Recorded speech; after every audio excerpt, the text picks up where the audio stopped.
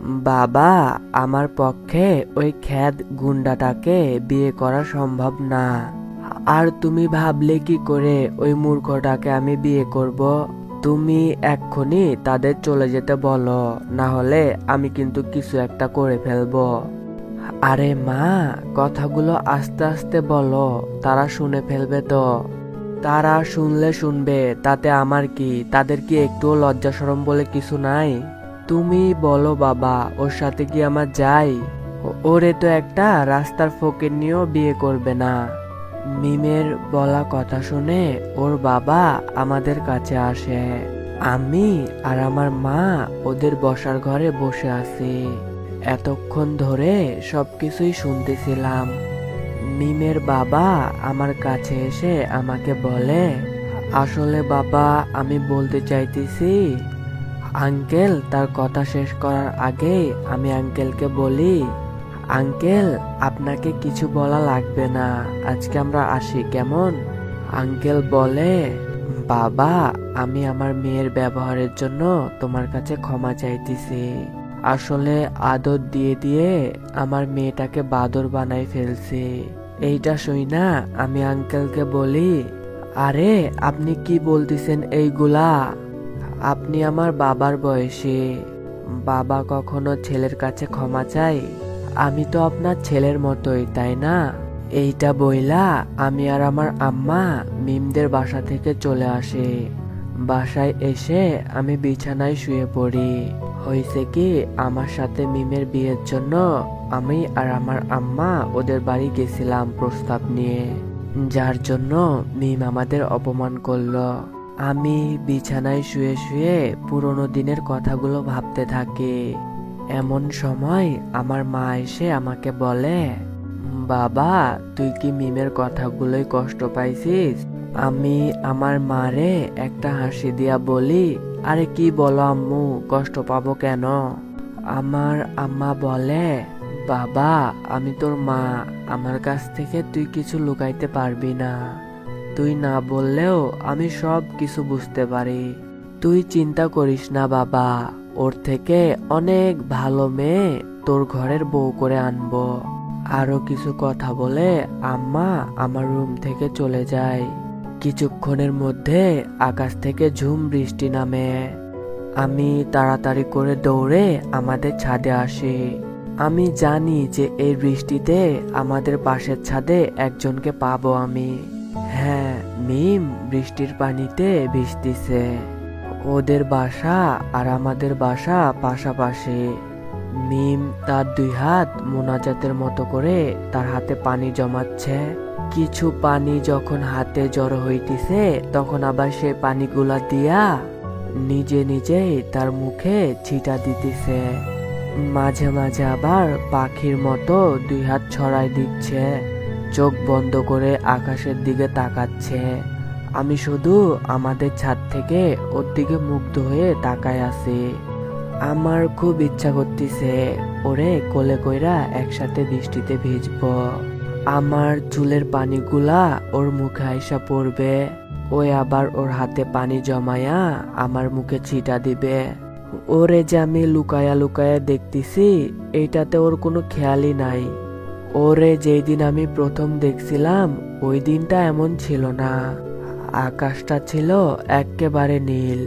আমি আমার মামাতো ভাইয়ের বিয়ে নিয়ে অনেক ব্যস্ত। আমার দায়িত্ব হলো আমি কনে পক্ষকে সামলাবো। আমার সাথে আরো অনেকে আছে, বাট আমি তাদের লিড করব। একটা সময় কনে পক্ষ চলে আসে। আমরা সবাই ফুল মিষ্টি এইগুলা নিয়ে তাদের বরণ করতে যাই। কনে পক্ষের সবাইকে ফুলের শুভেচ্ছা দিচ্ছি, মিষ্টি খাওয়াচ্ছি, বেশ ভালোই লাগতেছে। ওদের সবাইকে বরণ করা প্রায় শেষ, আর একজন বাকি আছে। তো সেই গাড়ি থেকে নেমে আমার কাছে আসতেই অনেক জোরে বৃষ্টি শুরু হয়। সবাই দৌড়ে যে যার মতো করে বাসার ভিতরে যাইতেছে, কিন্তু আমি কোনোভাবেই দৌড়াইতে পারতেছিলাম না। কোনো এক অজানা টান আমার পা মাটির সাথে আঁকড়ে ছিল। সেইখানে শুধু আমি একা ছিলাম না, ছিল এক বৃষ্টি বিলাসিনী। গাড়ি থেকে নামা শেষ মেয়েটি 2 হাত মেলে বৃষ্টিতে ভিজতে থাকে। আমার চোখ যেন আটকে গেছে তার ওপরে।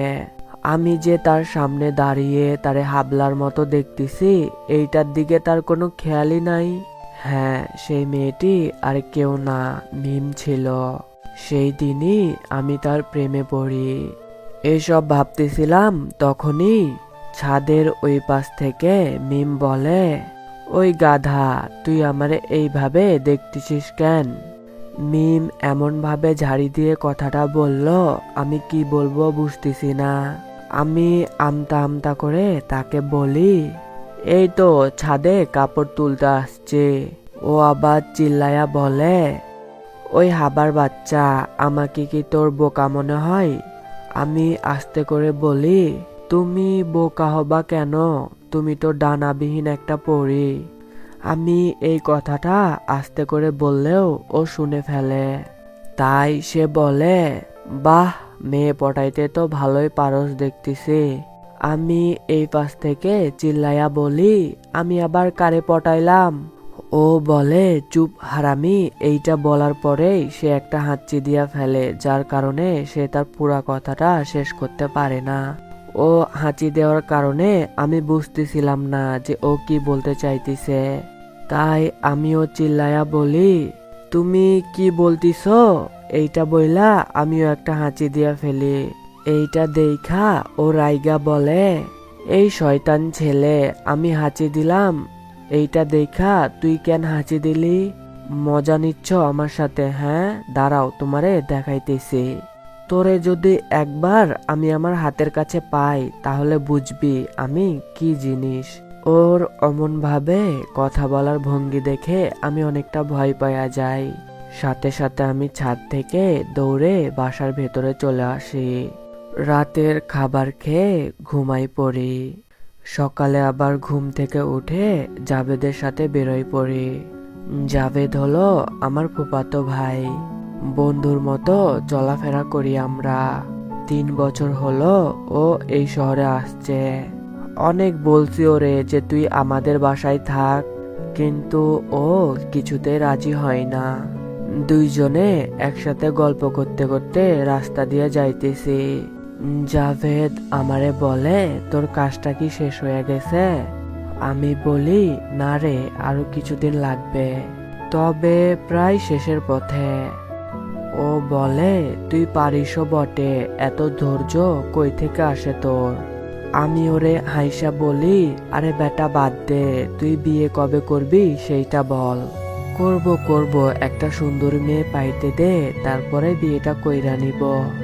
ও কথাটা বলা শেষ করা মাত্রই একটা মেয়ের সাথে ওর ধাক্কা লাগে। মেয়েটা সাথে সাথে রাস্তায় পড়ে যায়।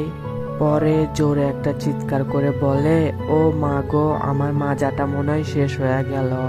আমি তো মেয়েটারে দেইখা বড় ধরনের একটা ধাক্কা খাই, কারণ এইটার কেউ না, মিম। ও রাস্তা থেকে উঠেই আমার গালে ঠাস ঠাস করে 2টা চড় বসাই দেয়। তারপর বলা শুরু করে, কিরে লুচ্চা, মেয়ে দেখলে মাথা ঠিক থাকে না? তোর মতো কিছু ছেলেদের জন্যই এই সমাজে মেয়েদের ভয়ে ভয়ে চলতে হয়। তোর ঘরে কি মা বোন নাই, লুচ্চা কোথাকার? মিমের কথাগুলো আমি নিচে মুখ করে চুপচাপ শুনতেছিলাম। এইটা দেখা ও আবার বলা শুরু করে, কিরে, এখন চুপ হয়ে গেলি কেন? বল, মেয়ে দেখলেই ছুঁইতে মন চায়, তাই না? ও চিৎকার করে কথাগুলো বলতেছিল, যার জন্য অনেক মানুষ জমা হয়ে যায়। এইগুলা দেখা জাভেদ মিমরে বলে, আজব একটা মেয়ে তো আপনি, কিছু না বুঝা না যাই না কারো গায়ে হাত তুইলা দিলেন।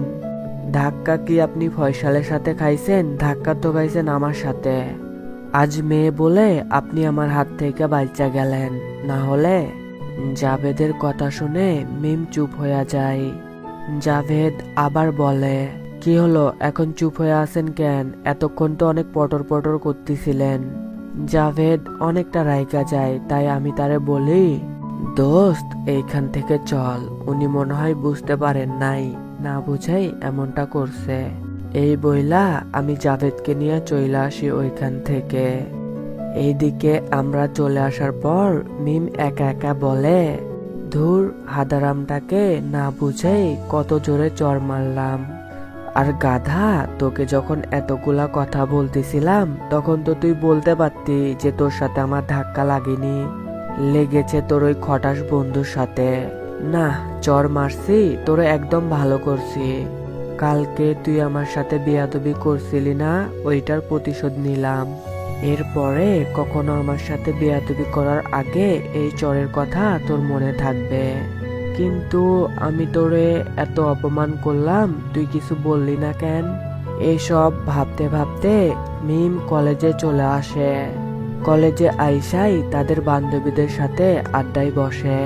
তার এক বান্ধবী নাম রীতি, সে বলে, কি রে মিম, তোর আসতে এত দেরি হলো যে? মিম বলে, আর বলিস না, রাস্তায় ওই হাদারামটারে দিছি 2টা তামাচর। অনেকটা ভাব দেখিয়ে মিম কথাটা বলে। রীতি আবার বলে, তুই কি ফয়সালের কথা বলতেছিস?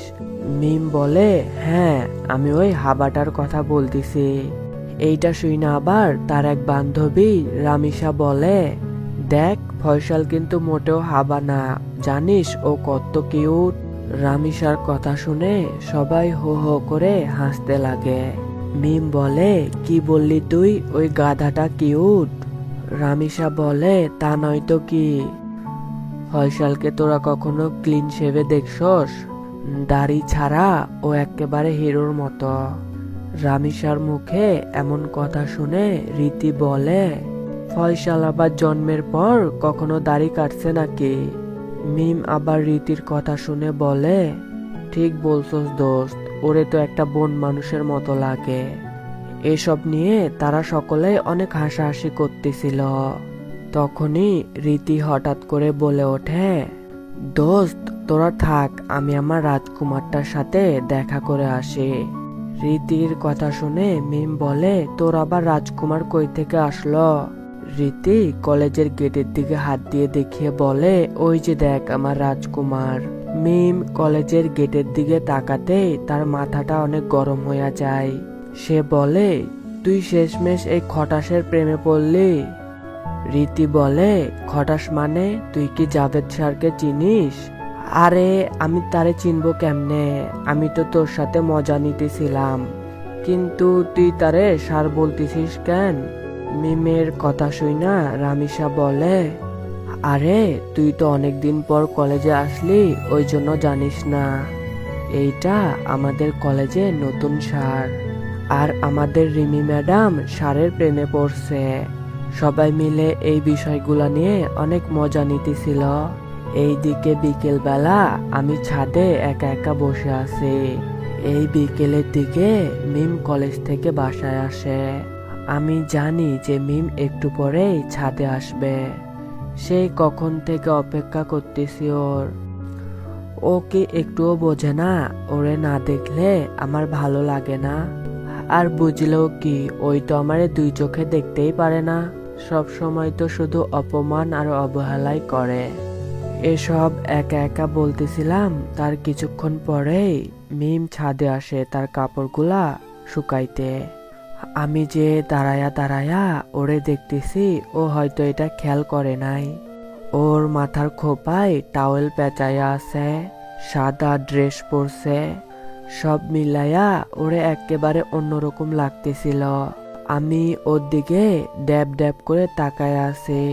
ও আমারে এমন অবস্থায় দেখা ওর ছাদ থেকে একটা ইটের টুকরো আমার ছাদে ছুঁড়ে মারে। আমি একটু ভয়ে ভয়ে ওরে বলি, এই কি, আপনি ইট ছুটতেছেন কেন? ও বলে, ওই লুচ্চা, তুই কি দেখোস? হ্যাঁ, সকালে তোরে চর মারছিলাম, ভুইলা গেছস? আমি ওরে বলি, আমি কি তোমাকে দেখতেছিলাম নাকি? আমি তো আকাশের তারা দেখতেছিলাম। এইটা বইলাই আমি দাঁতে দাঁত চাপে। ওই রাইকা বলে, হারামজাদা, তুই দিনের বেলা তারা কই পাবি? হ্যাঁ, তুই আগে লাফ দিয়ে আমার ছাদে আয়, তারপর তোরে দেখতেছি। আমি বলি যে না, আমি তোমাদের ছাদে যাব না, ওইখানে গেলে তুমি আমার সাথে কিছু করবা। ও বলে যে না, তোরে কিছুই করব না। তুই শুধু আমাদের ছাদে আয়, তোরে কিছু কথা বলবো, তারপর তুই আবার চলে যাস। তো আমি ভাবি যে ওই আবার আমারে কি করবে, আমি তো ছেলে মানুষ, ওই তো আমার সাথে কিছু করতে পারবে না। তাই এক লাফে আমি তাদের ছাদে চলে আসি, কিন্তু ল্যান্ডিং করার সময় নিজের ব্যালেন্স ঠিক রাখতে পারি নাই, একেবারে মিমের ওপর গিয়ে পড়ি। ওর ঠোঁট আর আমার ঠোঁট এক হয়ে গেছে। ও কিছুই বলতেছে না। আমি চোখ বড় বড় করে ওর দিকে তাকায় আছি, ওইও আমার দিকে তাকায় আছে।